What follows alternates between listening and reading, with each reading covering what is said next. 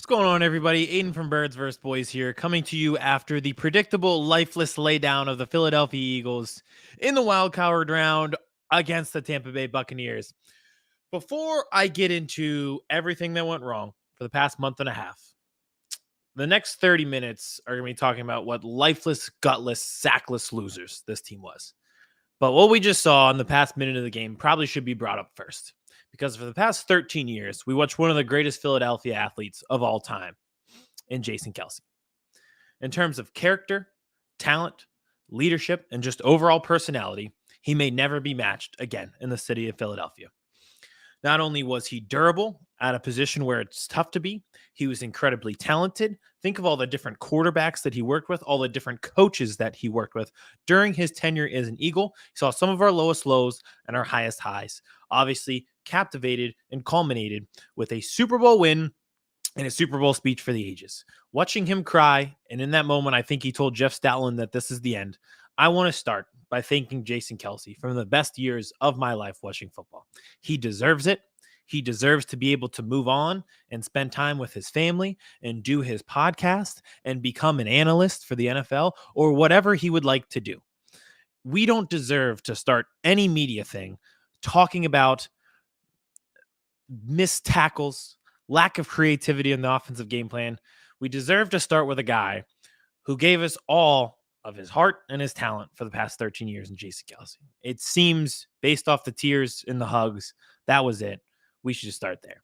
Thank you to Jason Kelce and possibly Brandon Graham and possibly Fletcher Cox for everything that you gave to this franchise.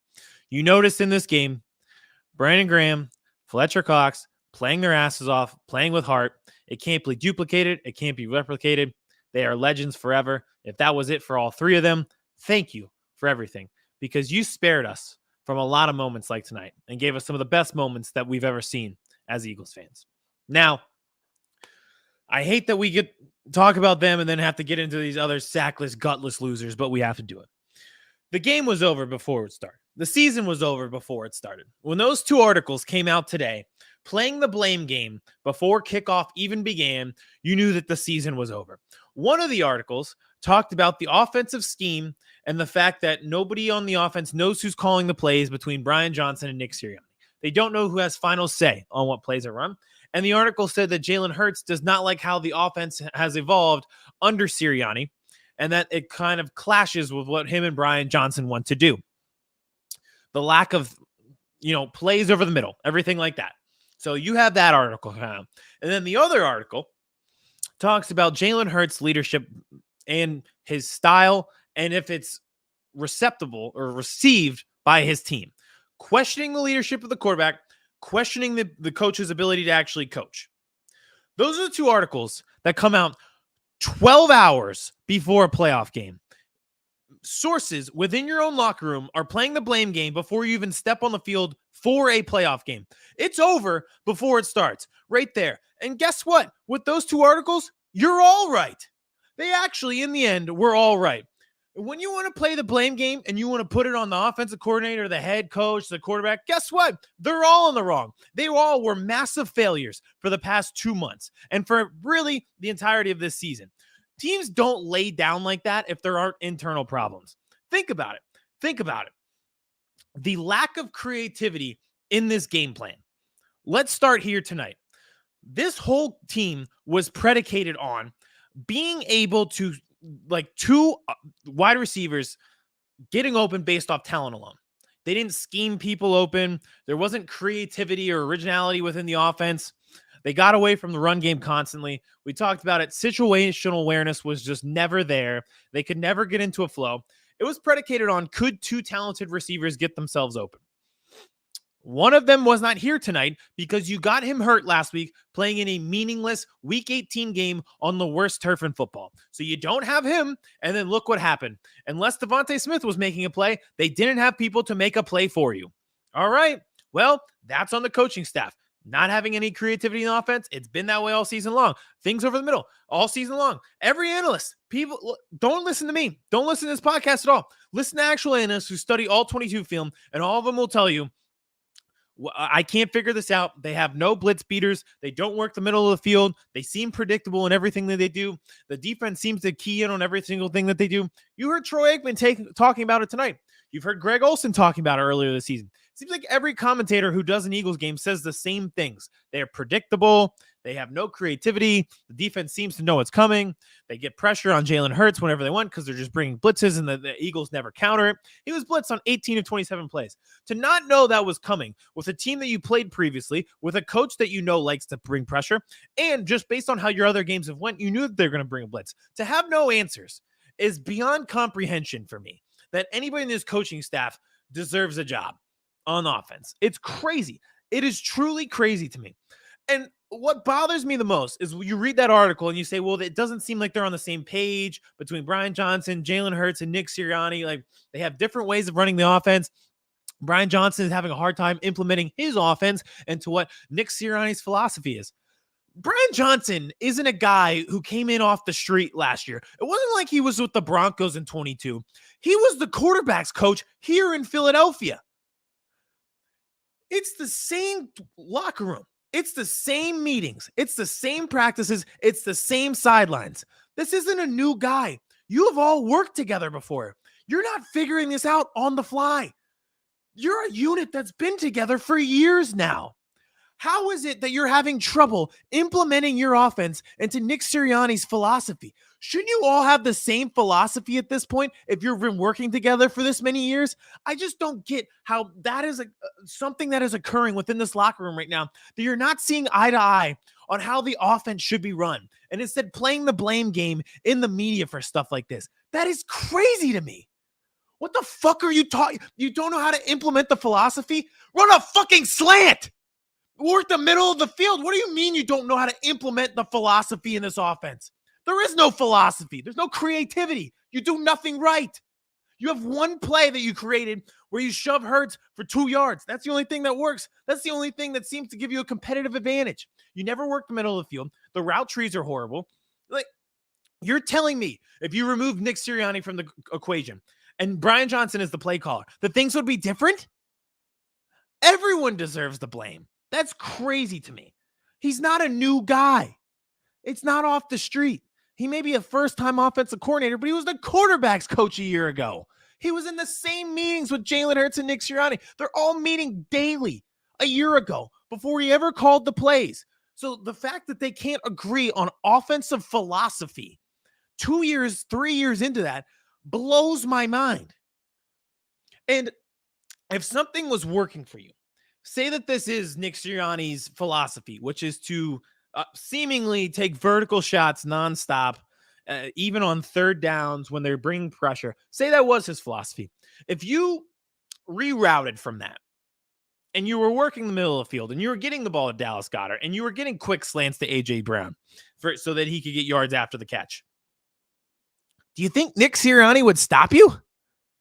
Do you think that would be a thing that Sirianni would have a problem with? Because he never really seemed to have a problem with what Shane Steichen was doing.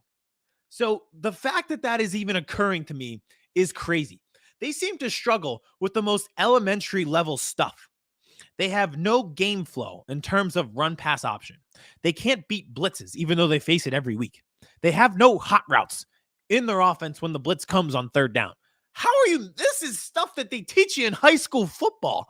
How is it that every commentator is calling out your offense? It's not a mix and blend of offensive philosophy. It is a total systemic failure of offensive coaching staff. And if it was such a problem, Nick Sirianni would not have a problem with you changing things up and saying, hey, we're going to work the ball over the middle of the field. We're going to line up A.J. Brown in different places. It's crazy to me that we are having that problem. Insane. And then the other article, when it comes to Jalen Hurts, and here's going to be my hot take of the night. I hate his leadership style. I actually agree. I hate his leadership style because what I saw tonight was Baker Mayfield, who was written off, kind of cast away after the Cleveland Browns progressive commercial days. Baker Mayfield's on the sideline the entire time, talking to his guys, chopping it up. And you saw they panned to it on ESPN. He's talking to the guys. What was the next possession? An offensive touchdown. They show Jalen Hurts on the sideline. It looks like he's watching his dog being put down. I don't need him to be the hoorah guy who's screaming and yelling every chance he gets. He doesn't need to be Tim Tebow and giving a passionate speech every time. But would it kill you? Would you humor me to show a little bit of joy to play football? Because you'd never see it out of him. One of his bullshit mantras in his monotone, lifeless press conferences, I believe, is control the controllables. I don't envy the offensive system he is in. I think that the coordinators and the coach have let him down on offense with the creativity in the scheme. But you can control the controllables. There's nothing stopping you from going up to your guys on the sideline and saying, hey, we'll get him next series. Hey, my bad, I missed you on that throw. Hey, good effort on that. I need that from you. Quez, I need that from you. Devontae, I need that from you. Big catch. I love that. You never see it. You never see it. You see him sitting there, and tonight you saw Dallas Goedert yelling at him. And what was he doing? Sitting there like it was at an art expo. You never see anything else. You don't need to be the hoorah guy. You don't need to scream and yell. But would you show a little bit of joy? Because you look lifeless, and now the team looks lifeless. So people are going to start to think that there is a correlation there between your monotone style and the fact that the team has zero energy, plays with zero life, and absolutely collapsed. If you are the great leader that people said, why are we having a collapse of epic proportions? The first team to start 10-1 and finish 11-5, not win the division. 11-6 because it's week 18 now. Regardless, epic collapse. And the leadership was not there. Again, I don't envy him. I think this is a horrible job by the offensive coaching staff. Some of the worst creativity you will ever see in terms of a game plan. Tonight was even worse because they didn't have A.J. Brown there to bail him out because they got him hurt last week. All of these things Jalen Hurts can't control. What he can control is having the other 10 guys in the huddle believe. He can work on that. This lifeless attitude is crazy to me. On the other side of the ball, well, let's get to the comments real quick here. Whoever thinks Hurts is the problem needs to log off. This is from a while ago before I got into that rant. So I wanted to bring this up because I do not think that Hurts is the problem, but I think I have a problem with his leadership style. I just can't. If you're sitting on the sideline and it looks like you don't want to be there, guess what? Guess how? It's an optics game. It's almost like politics. Part of it's just optics. You guys, 52 other guys in that locker room have to believe in you. And I'm sure they do. I'm not saying that they don't. But just to see the different versions of quarterbacks tonight, it looked like a Bucs team that was energized, ready to play, and a quarterback who was enjoying himself playing, talking to everybody on the sideline, laughing, at times being serious, talking to the guys, and another guy who's just sitting there like this. Nothing else going on. The optics are horrible with his leadership style. On the other side of the ball, this is pretty easy. Sean Desai is gone. They kind of pseudo-fired him already. Matt Patricia should never be allowed in an NFL locker room again. Why the fuck was he here in the first place? That blows my mind of all the things that, one, we kind of knew from the start he should not be allowed in. Darius Slay made this quite clear. He's not a good hire. He was a cancer in Detroit. His tenure there was an epic failure in which the locker room turned on him. Not only did the Eagles bring him in, then they promoted him to defensive coordinator, and it correlated with this epic collapse in which people are questioning the heart, effort, and desire, especially on the defensive side of the ball on this team. They finished point differential wise since week 13 as 31st in the league at negative 13. Total epic collapse. So why was he brought in? Why was he promoted? And he needs to be gone. This is a total clean house effort on the defensive side of the ball. The missed tackles tonight are a team that quit, a team that is lifeless, a team that showed you a month ago who they are. They don't want to be here. They did not want to play tonight. They did not want to win. They have no fire, no heart, no effort. You saw that in all the missed tackles. We as Philly fans don't deserve this. When you watch a play like that on the Bucs' final touchdown, where James Bradbury gives one of the worst half-assed tackles I've ever seen, and Kevin Byard takes a terrible angle at it, they almost run into each other, miss a tackle, turns it from a 6-yard catch into a 60-yard touchdown. Right there, that's where fans are like, oh, so you guys don't – why should I care if you guys don't care? And I want to get into this point because you see it on the defense. I think you see a lot of guys who quit and gave in. As Philadelphia fans, I think we can handle losing. I think we've had to handle losing in the past. And as a city, I think we are actually pretty accepting of losing. And I know that may be a hot take because it seems like we're these ruthless people on the outside.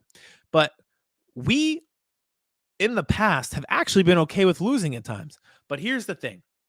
Philly fans will always be okay with losing if it's a lack of talent and you have a path to make that better.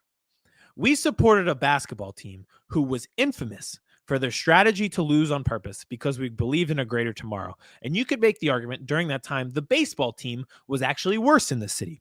Right now, the hockey team is going through a rebuild. They're overperforming, but they're in a rebuild, and people are more bought in than they ever have been in the past decade with that hockey team. What Philadelphia fans will never stand for is a talented team who lacks energy, heart, and effort. That's what you saw from this team. This is one of the best offenses in the league. This is a defense that totally quit on themselves. This team quit. They didn't buy into the coaches, and you can see that in all the missed tackles tonight, all the miscommunications they've had on defense over the past month. They have no focus. They have no drive. They have no heart. Philadelphians can handle losing. They can't handle sackless, gutless losers who don't have the energy. And that's what you saw. That's what you saw from the defense tonight. James Bradbury, at one point, I did feel bad for him because I think this is a crisis of confidence. He's become a totally different cornerback. He can't cover anyone. But when you see plays like tonight where you just give in and don't tackle, you start to lack a little sympathy for the guy. Number one priority of this offseason for me is getting out from underneath that contract. Hopefully, Kaylee Ringo is the CB2 of the future. Hopefully, Darius Slay's not hurt. I'm assuming with his contract, he'll be back next year. Even then, he's another guy. It's like, you don't have to be on Twitter. You don't have to do a fucking podcast. Leave that for the 6-foot white guy who didn't make the NFL like me. Like, we'll talk about the game for you. We don't really need your take on what's going on. He's actually talented, and I feel like the optics around him have made people turn on him, all because of his social media usage and his podcasting. And I think that sucks because I think he's actually talented, and I felt really bad that he got carted off tonight. And I just think that the public perception of him gets changed just because of the social media optics of everything. So hopefully he's the one, but they got to get out from under that Bradbury contract. I guess bringing him back was a mistake. At the time, it didn't really seem like a mistake. They clearly tried to bring CJ Gardner-Johnson back, and he didn't want a short-term deal and then had to settle for it elsewhere, or else he would have been back with the team. But I think he wasn't even their first option. They brought him back, and now it's a mistake. So they got to get out from underneath that contract. The crisis of confidence, it's a position, the two positions on the field, you can't have a crisis of confidence, quarterback and cornerback. And he's had one, and there's no going back, and he just can't continue as a Philadelphia Eagle, and didn't make it known tonight that he wants to continue as a Philadelphia Eagle with that effort. I thought it was terrible. And then there's some systemic things that have just been a problem with this team the whole year round. You look at linebacker. They've ignored this position group for ever, if you want to be honest. They've drafted 3 linebackers since 2016. One of those was a 7th round pick in 2016. The other was Davion Taylor, who never played football in high school and picked it up in college, and he was a 4th round pick. And then Nakobe Dean, who was the 3rd round pick, who you counted on this year, but then got hurt twice. So you haven't invested in the position at all.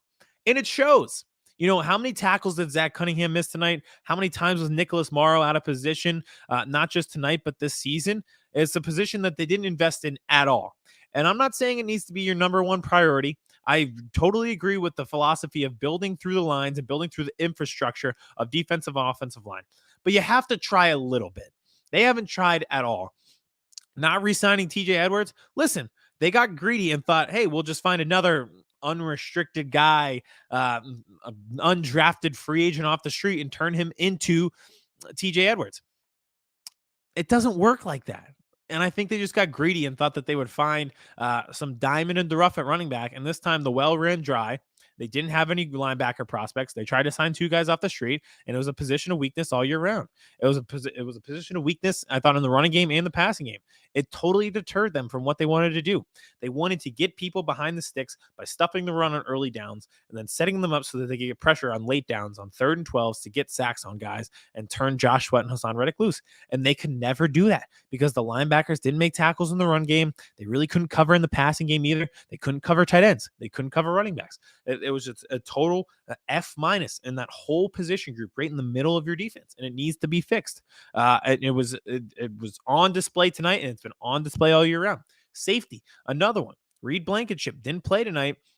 Been injured multiple times this year. And again, like I just mentioned, I can't really blame, like, it's not totally their fault. Like, they tried to bring CJ Gardner-Johnson back. He overvalued himself. He ended up having to take a short-term deal somewhere else after he was mad that they gave him a short-term deal here in Philadelphia. But that position is weak. Like, they tried to trade for Kevin Byard, and that didn't work out. And that actually, it kind of sucks, but they had to do something. But that trade probably let you know, hey, we don't believe in our safeties. Think of everything that they went through this year. They had Justin Reed at safety. They had Terrell Edmonds at safety. They traded him. They got Kevin Byard. They tried him at safety. They had Sidney Brown at safety at some points. Reed Blankenship, who got hurt multiple times, he was your safety. They tried so many different safety options. It was just plug and play all week. It was like watching the scene in the original Vacation with Chevy Chase, where he tries to plug the dam with one of his pieces of gum. That's what it felt like at the safety position. It was a problem all year round. That's why they tried to address it at the trade deadline, and it happened again tonight. Like, there's just whole position groups that were weaknesses for them. They're going to need a total revamp on offense going forward, or I'm sorry, on defense, because aside from I thought the two promising things tonight were Milton Williams played really well and Nolan Smith played really well. Yeah, they might bring Fletcher Cox back depending on what the contract looks like. But seeing those bursts from those young guys leads you to believe you could have some depth up front, and it might be the only position group that you don't have to totally revamp. They're going to have to totally revamp corner, totally revamp safety, and totally revamp linebacker. And I don't know how they do it because they have $55 million tied up with the quarterback now. It becomes a lot tighter these days, so it's going to be tough, but they have to do it. That is a defense. It didn't really matter. I didn't like the coordinators. I didn't think Sean Desai was a good coordinator. I don't think he necessarily did a bad job. I don't think he was good, but I don't think any coordinator could have been plugged in there and saved that unit based on the lack of talent that they had. And then tonight, I just think they just flat out quit, which was just sad to see. And then Nick Sirianni, I think he's gone. It's crazy to say. Playoffs in all 3 years of his tenure, made it to the Super Bowl last year. I can't believe that we are having this conversation, that he is could be fired. But I genuinely believe he's gone. You just don't have collapses like this and survive it. The only thing comparable in this city is the 1964 Phillies. You have to go back 60 years to have a collapse of this size. So I genuinely think Nick Sirianni is gone. Is it fair? I don't know. I think he's a good coach. I think he's a good guy. But clearly people weren't bought in. You don't collapse like that if there isn't something internally going on. And you go to the Office Space quote where they say, what is it that you do here? So Sirianni doesn't call the plays on offense. He doesn't call the plays on defense. So kind of his whole job is game management and rallying the troops. So if the offensive game plan looks bad and you're an offensive coach, the offensive play calling looks bad and you don't call the plays, and the team's not bought in and they're just laying down and quitting on the field, what is it that you do? How do you save yourself? I just don't think he survives a collapse like this, especially with the talent pool out on the head coaching tree that we got going on with the amount of big names that are out there. I just don't think that he survives that. Is it fair? I don't know, but it's kind of hard to defend an end like this. He certainly has a resume. I think he'd get picked up somewhere else, but I just don't know how he survives this. And here's the key thing to me. Like I said, I like the guy. I like his competitive spirit. I think he's got a little bit of Ted Lasso to him. But A.J. Brown had to call a players-only meeting to get the guys to buy into the coaching staff. Travis Kelce has never had to call a players-only meeting to get the guys to buy into Andy Reid. You can't have the soldiers calling a meeting to say, hey, we got to believe in the general. The general is the one who has the troops believing in him. And if you can't do that, then you can't be the coach. I'm sorry. Like, again, I think he seems like a really good guy. It's good from the outside. It's going to seem really unfair when he gets fired, but I genuinely think he's gone. Just the the looks from Howie Roseman and Jeffrey Lurie tonight said it all. An inexcusable collapse for what's been a really, really good team, and just a total waste of a lot of guys' primes, including Devontae, AJ, Jalen, Dallas, all of it. And just overall gameplay tonight, they got away from the run early, hated that, and they had no answer for the blitz. We talked about it earlier. 18 of 27 plays at one point, Jalen Hurts was blitzed on. They just couldn't seem to figure it out. I think it's everybody. I think this is a terrible game plan. I don't think that they coach him well, but then you can see that happen. Like, I think you can generally see it like on the field. There's a sequence of plays that I really just hated, and it was kind of the end of the game. So the defense was getting stops, and then it is a third down. It looked like Dallas Goedert was wide open. Hurts throws it to the sideline to Kenny Gainwell for a gain of 1 on 3rd and 7. So they punt the ball. The Eagles get the ball back, and it's the play. 2 plays on the drive. Kenny Gainwell goes backwards for 4 yards, and then on 3rd down, Jalen Hurts goes backwards into the end zone. Unbeknownst to anyone why you would ever do that. Might have been the stupidest play I've ever seen him commit in his career. It turns into a safety. The Bucs score in the next drive, and the season is over right there. So I just thought overall, just kind of exactly what you expect with AJ Brown for months. Anyone who's been, kind of in the know in terms of offensive scheme, in terms of studying all 22 film, has told you this game, the Eagles game plan doesn't make sense. They struggle with elementary stuff. They don't execute well. These plays don't make sense. Anybody who is somebody in terms of football knowledge has been telling you that. And then you take out their best wide receiver from that equation, and it looks even worse. It was compounded by the fact that Julio Jones was knocked out of the game as well. And then all of a sudden, you're kind of just, hoping that Devontae makes a play. But I think that is a pretty good summation of the season. It's like, if they didn't have those 2 guys running around getting themselves open and Jalen Hurts bailing them out with his legs, they really have nothing in terms of offensive firepower, which is truly inexcusable with this level of talent on the offensive side of the ball. So that's it. A lot of questions here to go. Like I said, I think there's multiple, not just guys, but position groups that need to be totally addressed. You saw it tonight. You saw it with the missed tackles from the linebackers. You saw it with coverage breakdowns in the secondary. They're going to have to revamp the corners, safety, linebacker. That's going to be brutal. I think on the offensive side of the ball, just this game plan and anybody who's a part of it, and this is, again, they're not executing at high school level stuff. The stuff they teach you in high school stuff, and they have not been good at it. They weren't good at it all year. They didn't execute well, and it's going to lead to people being fired. So we'll see where they go from there. I'm assuming the rest of this week is going to be coach talk and where they go from here, but I can't wait to read the articles that come out, and the continuation of the blame game that started before the fucking game even started, which let you know that they're going to lay down and die. They told you in the papers today that they were going to go out and lay down tonight, and it is exactly what they did. And I can't wait for the next few days of Jeff McLean articles and Philadelphia Inquirer and everybody else, every radio station. I can't wait to read all The Athletic. I can't wait to read all these articles, and everyone's going to be pointing their finger at one another. And that's all that was this entire season. They traded defensive coordinators because people were mad at the side, and some people didn't like that Matt Patricia was brought in. And the players only meeting, they said in the articles already, all it did was lead to more finger pointing. Well, guess what? Now your season's over, and it's going to be nothing but finger pointing. So I can't wait. I can't wait to just doom scroll every single article in which these 53 assholes all blame each other because they were lifeless, pathetic losers and went out like that for 3 legends, Fletcher Cox, Brandon Graham, and Jason Kelce. I can't believe they went out like that for them. So when you're doing the blame game, take a look in the fucking mirror between now and the next 7 months, because you're all to blame. Every coach, the front office, and every single player. That was a pathetic end. So that's it. End of the season. We'll be back this week for Birds Voice Boys. If I don't fucking die. Stay safe with the snow. I'm literally dying. This is it. Last gasp of the season. Quite literally. I think this is a fitting way to go out. I lost my voice on the final show of the season. I wouldn't have it any other way. I actually left it out all on the field, unlike anybody on the Eagles team. All 53 guys quit. I didn't quit with this microphone. All right, we'll be back this week. Obviously, incredible episode coming up. Doom and gloom from both Kevin and I. Cowboys go out. Hilarious. Eagles go out. Predictable.